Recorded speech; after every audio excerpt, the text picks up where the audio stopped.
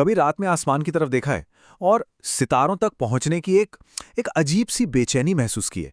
हम में से ज्यादातर लोगों ने की है। लेकिन क्या हो अगर ये इच्छा, सदियों से चली आ रही ये चाहत हमें गलत दिशा में ले जा रही हो? आज हम अंतरिक्ष को खंगालने के पीछे की जो पारंपरिक सोच है ना, उसे चुनौती देंगे और एक बिल्कुल नए आइडिया पर बात करेंगे कि शायद असली दुनिया जिसे खोजना बाकी है वो बाहर नहीं बल्कि हमारे अंदर है। ये लाइन कितनी जबरदस्त है ना, सितारों के खामोश देवालय। ये एक तस्वीर खींचती है कि हम इंसान होने के नाते क्या चाहते हैं।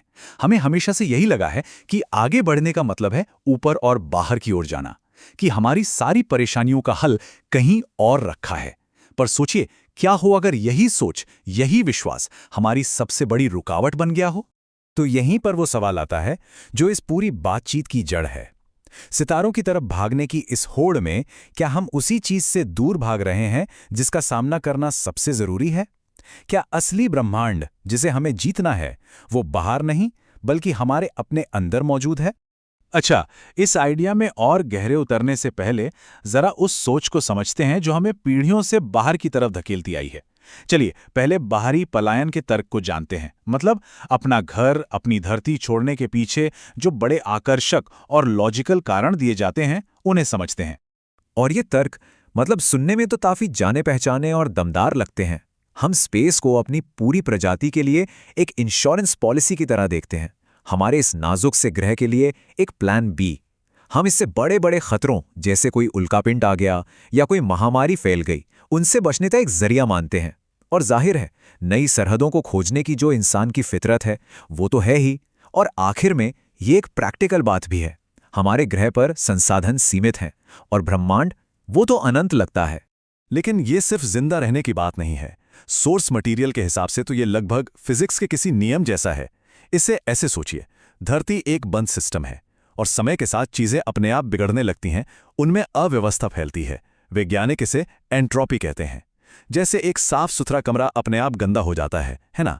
तो इस थ्योरी के मुताबिक उस बिखराव का मुकाबला करने के लिए हमें एक बड़े, ज्यादा व्यवस्थित सिस्टम में फैलने की जरूरत है। इस बढ़ती गड़बड़ी को बैलेंस करने के लिए हमें और जगह चाहिए। सुनने में तो ये सब कुछ बिल्कुल लॉजिकल लगता है ना?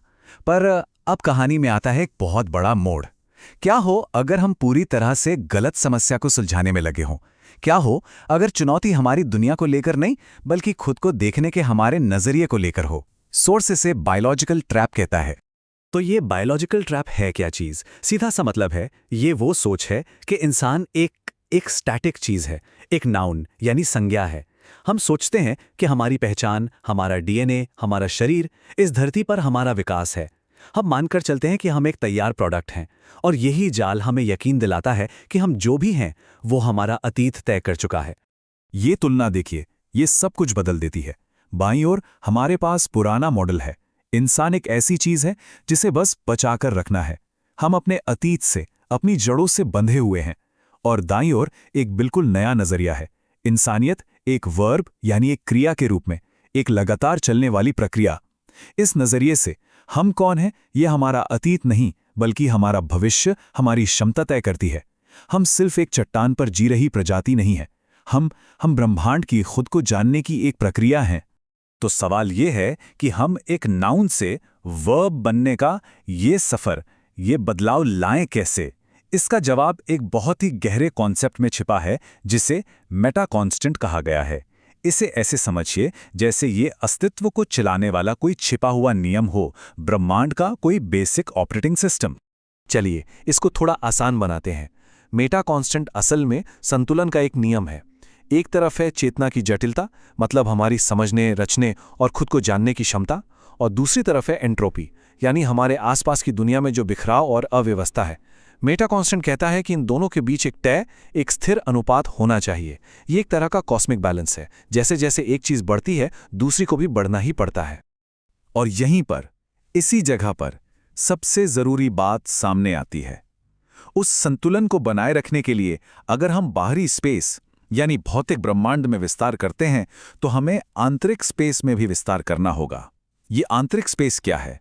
यह है हमारी चेतना, हमारी जागरूकता, हमारी समझ की गहराई। हम सिर्फ बाहर की तरफ नहीं फैल सकते।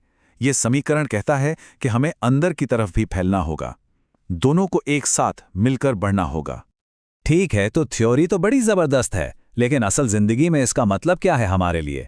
हम इस कॉस्मिक बैलेंस को हासिल कैसे करें? इसका जवाब एक साथ विस्तार के आइडिया में है। यह हमारे विकास की रणनीति के लिए एक बिल्कुल नया रोड मैप है। ये रोड मैप 3 बड़े बदलावों की बात करता है।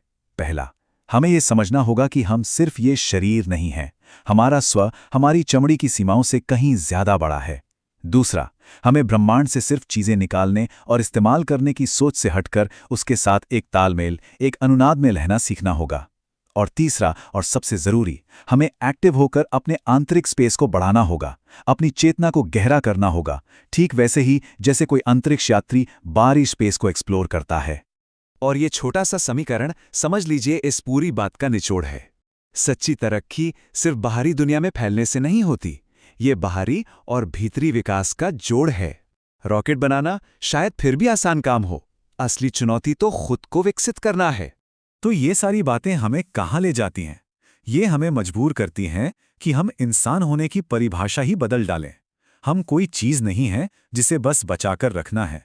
हम एक प्रक्रिया हैं जो हर पल चल रही है। हम एक क्रिया हैं। जरा इस लाइन पर गौर कीजिए। मानवता पृथ्वी की निवासी नहीं है। ये मेटा कांस्टेंट की एक अभिव्यक्ति है जो ब्रह्मांड को समझने का प्रयास कर रही है। दूसरे शब्दों में कहें तो हमारा मकसद सिर्फ यहां रहना नहीं है, हमारा मकसद है समझना। हम तो ब्रह्मांड का ही एक तरीका है जिससे वो खुद को जान सके। ये स्पेस एक्सप्लोरेशन को देखने का नजरिया ही बदल देती है। ये अब भागना नहीं है, ये तो आत्म जागरूकता का एक काम है। जब हम हबल टेलीस्कोप से गहरे अंतरिक्ष में झांकते हैं तो असल में ये ब्रह्मांड ही है जो अपनी आंखें खोलकर पहली बार खुद को देख रहा है। तो आखिर में हम सितारों को किस नज़र से देखें? शायद एक मंजिल की तरह नहीं, बल्कि एक रिमाइंडर की तरह, एक इशारा जो हमें कहीं और देखने को कह रहा है। वो हमें क्या याद दिलाते हैं?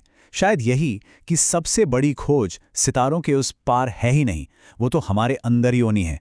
असली सफ़र अंदर की ओर शुरू होता है, और शायद यही असली आखिरी सरहद है, हमारे अपने मन की विशाल अनजानी दुनिया।